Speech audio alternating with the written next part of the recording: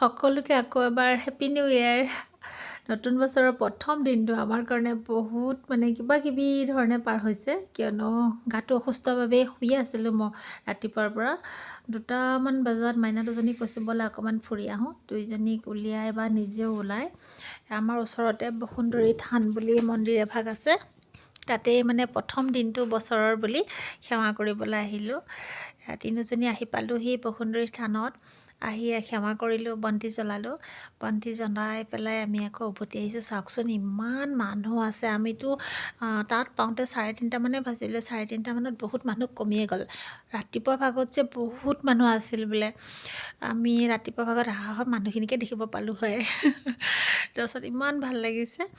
অহাৰ পিছত তাতে আমাৰ পৰিয়ালৰ কেইঘৰমানক দেখিলোঁ, সিহঁতি খানা খাবলৈ আহিছে।